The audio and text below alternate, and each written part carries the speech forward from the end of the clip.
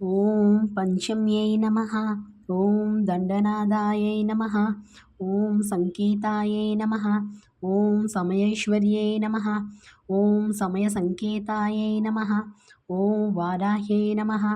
ఓం పౌత్రిణ్యై నమః. ఓం శివాయై నమః. ఓం వార్తల్యై నమః. ఓం మహాసేనాయై నమః. ఓం ఆజ్ఞాచక్రేశ్వర్యై నమః. ఓం అరిజ్ఞై నమః.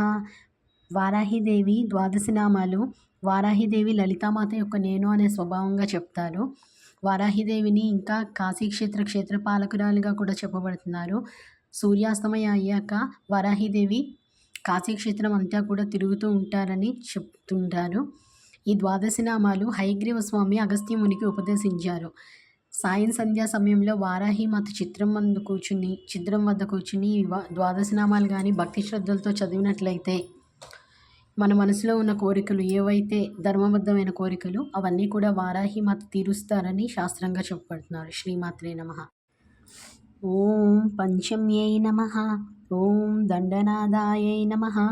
ఓం సంకేతాయై నమః. ఓం సమయేశ్వర్యై నమః.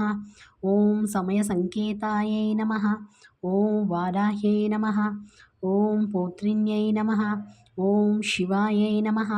ఓం వార్తల్యై నమః.